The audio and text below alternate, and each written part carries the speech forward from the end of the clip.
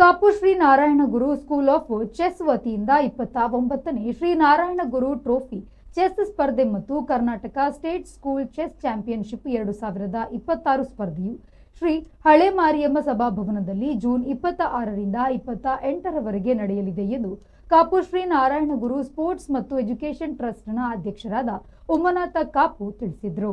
ಅವರು ಕಾಪು ಪ್ರೆಸ್ ಕ್ಲಬ್ನಲ್ಲಿ ಸುದ್ದಿಗೋಷ್ಠಿಯನ್ನು ನಡೆಸಿ ಮಾಹಿತಿ ನೀಡಿದರು. ಚೆಸ್ ಪಂದ್ಯಾವಳಿಯಲ್ಲಿ ರಾಜ್ಯದ ಎಲ್ಲ ಜಿಲ್ಲೆಗಳಿಂದ 300 ಸ್ಪರ್ಧಾಳುಗಳು ಬರುವ ನಿರೀಕ್ಷೆಯಿದೆ. ವಯೋಮಿತಿ 7, 9, 11, 13, 15 ಮತ್ತು 17ರಲ್ಲಿ ವಿದ್ಯಾರ್ಥಿ ಮತ್ತು ವಿದ್ಯಾರ್ಥಿನಿಯರಿಗೆ ಪ್ರತ್ಯೇಕ ಸ್ಪರ್ಧೆ ನಡೆಯಲಿದೆ. ಪ್ರತಿ ವಿಭಾಗದಲ್ಲಿ 2 ಹುಡುಗರು ಮತ್ತು 2 ಹುಡುಗಿಯರು ರಾಷ್ಟ್ರಮಟ್ಟಕ್ಕೆ ಆಯ್ಕೆಯಾಗಲಿದ್ದಾರೆ. ಒಟ್ಟು 24 ಸ್ಪರ್ಧಾಳುಗಳು ರಾಷ್ಟ್ರಮಟ್ಟಕ್ಕೆ ಆಯ್ಕೆಯಾಗುತ್ತಾರೆ. 6 ವಿಭಾಗದಲ್ಲಿ ಹುಡುಗರಿಗೆ 10 ಮತ್ತು ಹುಡುಗಿಯರಿಗೆ 10ರಂತೆ ಒಟ್ಟು 120 ಟ್ರೋಫಿಯನ್ನು ನೀಡಲಾಗುವುದು.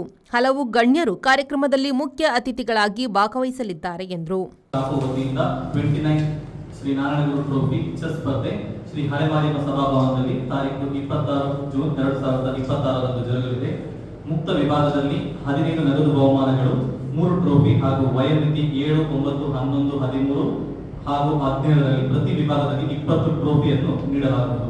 ಹಿರಿಯ ನಾಗರಿಕರಿಗೆ ಹಾಗೂ ಮಹಿಳಾ ಆಟಗಾರರಿಗೆ, ಅದೇ ರೀತಿ ಅತಿ ಕಿರಿಯ ಬಾಲಕ ಬಾಲಕಿಯರಿಗೂ ವಿಶೇಷ ಬಹುಮಾನ ನೀಡಲಾಗುವುದು. ಒಟ್ಟು 25,500 ರೂಪಾಯಿ ನಗದು ಬಹುಮಾನ ಹಾಗೂ 115 ಟ್ರೋಫಿಯನ್ನು ಒಳಗೊಂಡಿರುತ್ತದೆ.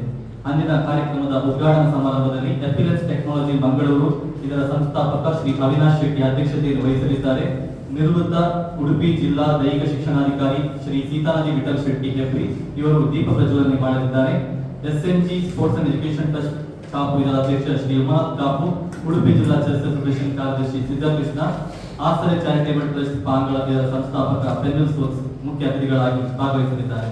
ಅಂದು ಸಂಜೆ ನಡೆಯುವ ಸಮಾರೋಪ ಸಮಾರಂಭದ ಅಧ್ಯಕ್ಷತೆಯನ್ನು SNG ಸ್ಪೋರ್ಟ್ಸ್ ಕ್ಲಬ್ ಇದರ ಅಧ್ಯಕ್ಷರು ಉಮ್ಮನಾಥ್ ಕಾಪು, ಬಹುಮಾನ ವಿತರಕರಾಗಿ ಪ್ರಭಾಕರ್ ಪೂಜಾರಿ ಉದ್ಯಮಿ ಉಡುಪಿ ಬಹುಮಾನ ವಿತರಿಸಲಿದ್ದಾರೆ. ಶ್ರೀ ಸಿದ್ಧಿವಿನಾಯಕ ಚೆಸ್ ಅಕಾಡೆಮಿ ಕುಂದಾಪುರ ಇದರ ಸಂಸ್ಥಾಪಕ ಬಾಬು ಪೂಜಾರಿ, ಸುನಿಲ್ ಪೂಜಾರಿ SBI ಕಾಪು ಹಾಗೂ ಶ್ರೀ ನಾಗೇಶ್ ಪಾಗಳ ಇವರು ಉಪಸ್ಥಿತರಿದ್ದರು. ಸುದ್ದಿಗೋಷ್ಠಿಯಲ್ಲಿ ಸ್ಥಾಪಕ ಸಾಕ್ಷಾತ್ UK ಲೋಕೇಶ್ ಬೆಳ್ಚಡ ಉಪಸ್ಥಿತರಿದ್ದರು.